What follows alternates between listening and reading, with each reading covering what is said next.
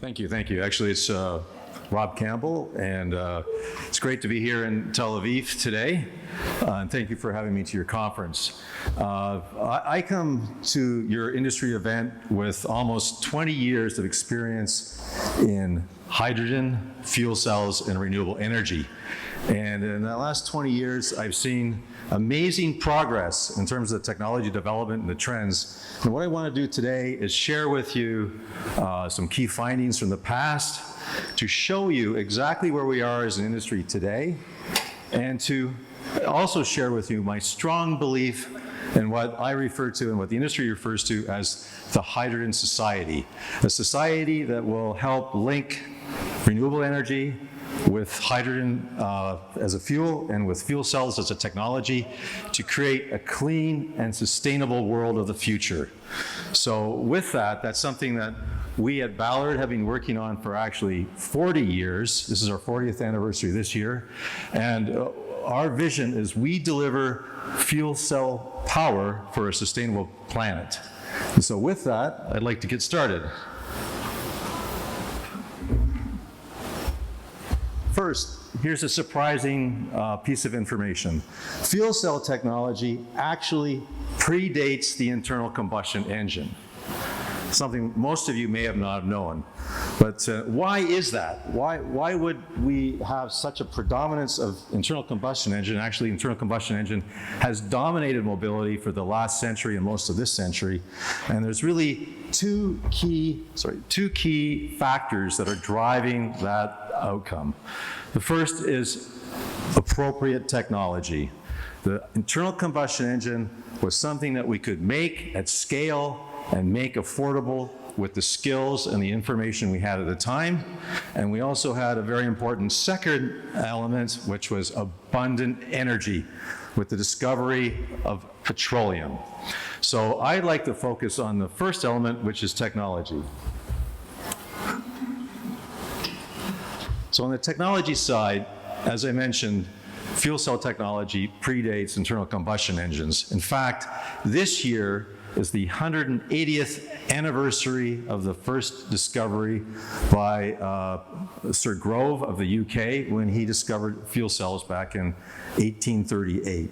So a long time coming and a great history of progress. Initially, we had specialized applications such as aerospace.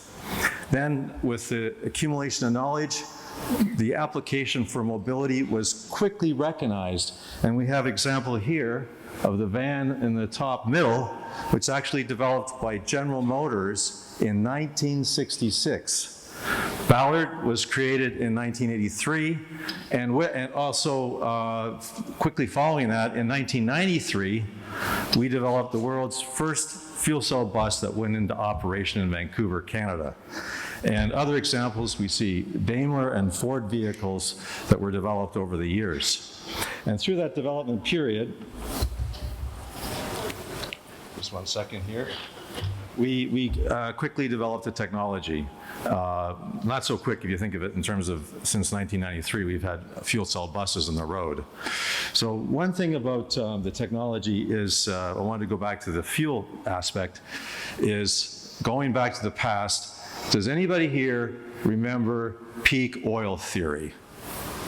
In 2000, there was a forecast that by 2005, we would actually see a decline in the amount of oil available for the industry.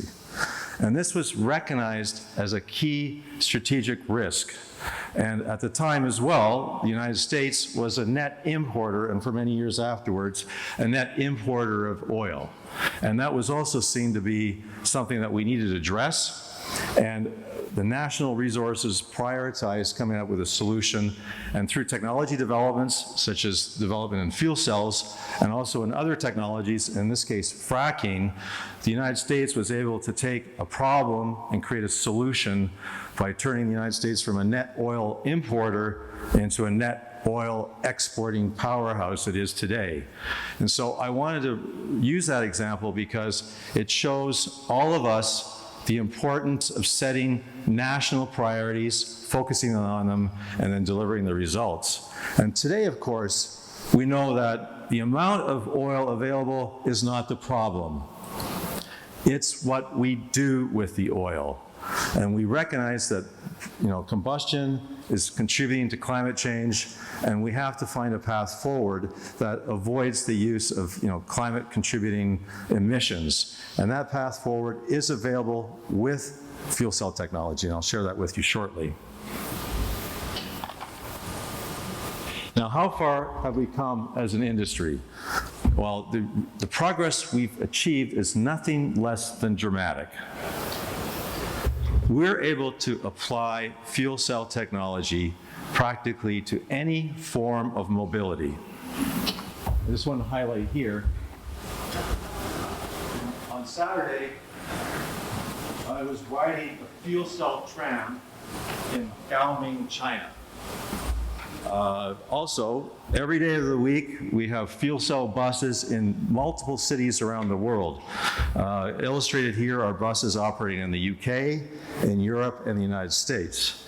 We have fuel cell applications for many years now with passenger cars. And I've highlighted here two examples with the Hyundai Nexo and the Toyota Mirai with their latest generation models going into production.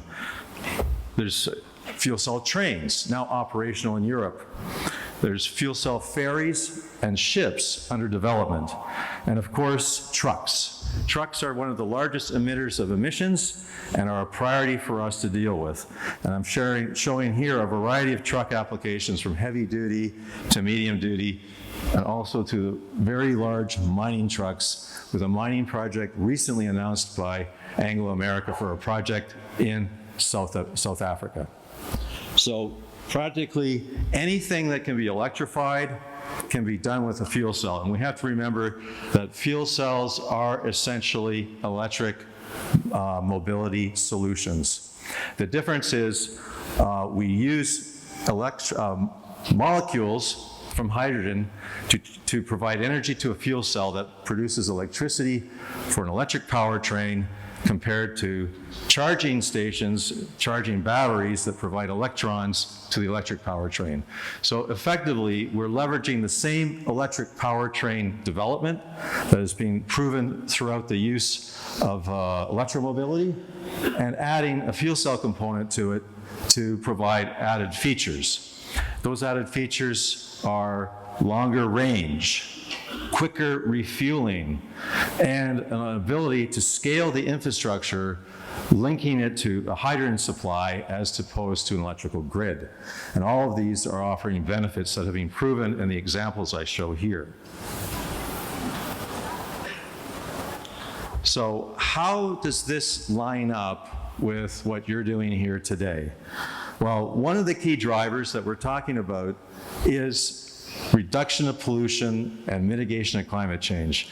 And in many cities around the world, they're outright banning diesel from the use in cities. That's for health reasons as well as for climate change reasons. Also, electrification is needed for autonomous driving, more responsiveness, quicker acceleration, and the benefits provided by an electric powertrain. And where the fuel cell technology comes into play, it perfectly aligns with all of these requirements while providing those enhanced features and benefits that I just recently outlined. So we're in perfect alignment.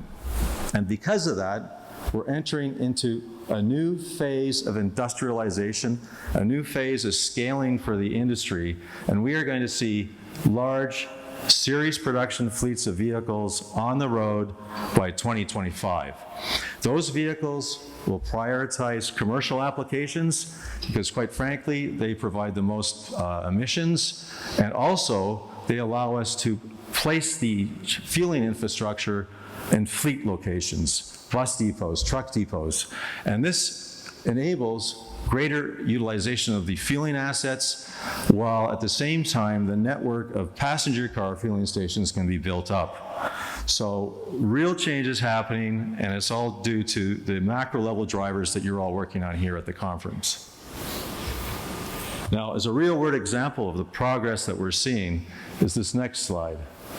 This is a consortium that Ballard is part of that was announced earlier this year called H2 Bus.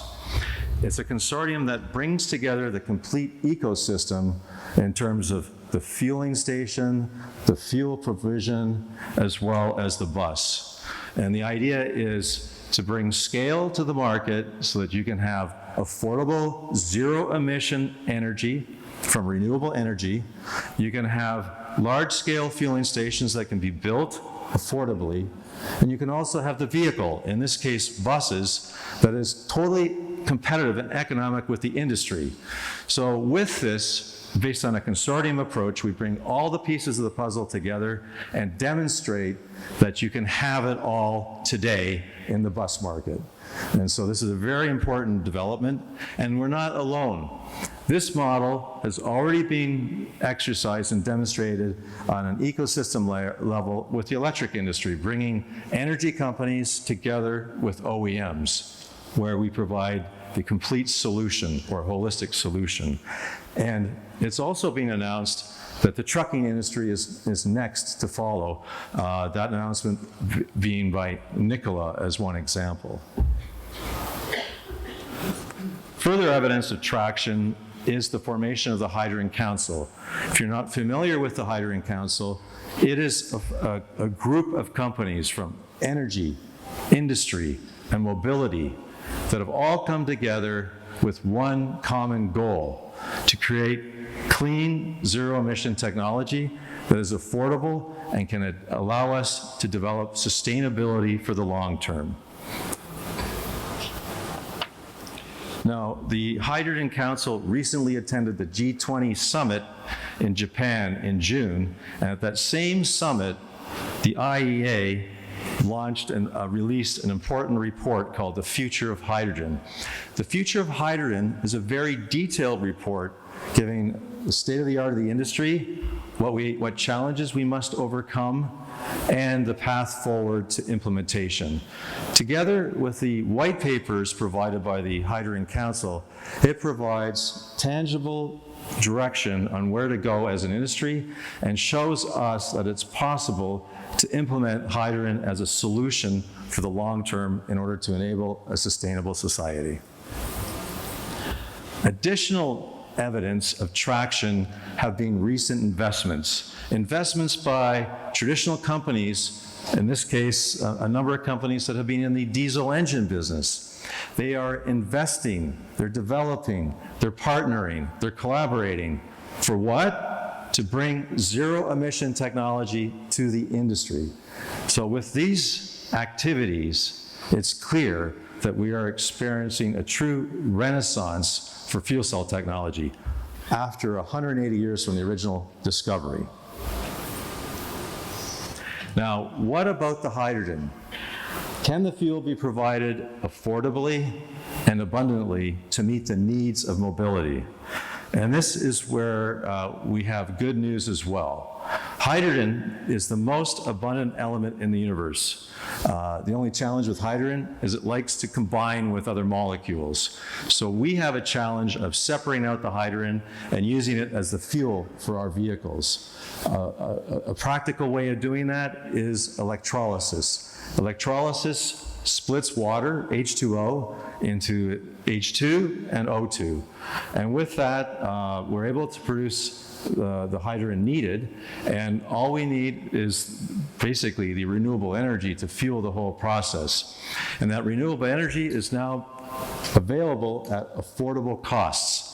And in fact, I forgot to mention, but also back in the beginning of the 2000, the beginning of the century, a key development that was happening was the scaling of the renewable energy industry. For the last 20 years, we've been seeing tremendous growth in solar and wind and other forms of renewable energy. And today, the results of that scaling, renewable energy is in many instances the lowest cost of energy available on the planet today. The lowest cost. So what we need to do is combine that with hydrogen and are able to deploy that as fuel to provide affordable and zero-emission fuel for our vehicles. And this lowest cost achievement has been recorded by the IEA, IRENA, and many others. And recently, a report by Bloomberg showed that when we combine renewable energy with hydrogen production, we can produce hydrogen for as low as $1.40 a kilogram, which is roughly equivalent to a US gallon by 2030. And that's affordable. That's less than I pay today for gasoline. So hydrogen, being abundant, combined with renewable energy, provides us the opportunity to start thinking differently.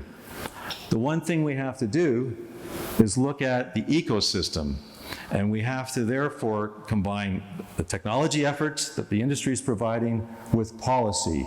And this is where we have to think as countries, as cities, as nations, and globally, to come up with consistent long-term strategies. How do we crack the problem of lowering the climate change and coming up with a sustainable solution? We have to use hydrogen as an enabler, and in the Hydrogen Council, we refer to that as a sector coupler, so we can use it across multiple industries. We can use it for transportation, we can use it for home heating, we can use it for commercial buildings, and we can use it for industry. So by doing that, we can link to the broader strategy of creating a sustainable future.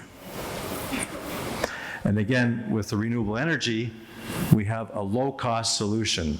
So it's a tremendous update to the industry that we can be here today and think that within the next decade, we can have zero-emission technology fueling thousands, if not millions of vehicles at a cost that is competitive or even less than it is today.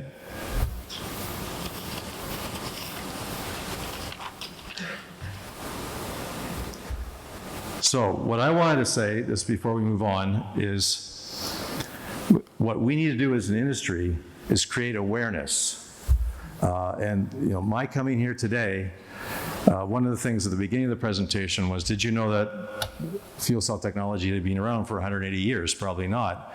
Did you know that it could be the lowest cost fuel for hydrogen by the end of the next decade? Did you know that the technology is as mature as it is that I presented? If you didn't, please ask us and find out where the industry's at. We at Ballard, as I mentioned, are totally dedicated to creating a sustainable future, but we're not alone. There's a tremendous industry out there working to the same objectives, and we're here to help. And if you think about how we can do it, if you don't have a policy on hydrogen, on a hydrogen roadmap for your country or for your city or for your state, please start working on it. If you don't have enough information, please ask for the information. I mentioned the Hydrogen Council, the IEA, as well as ourselves. We're available. We're here to help.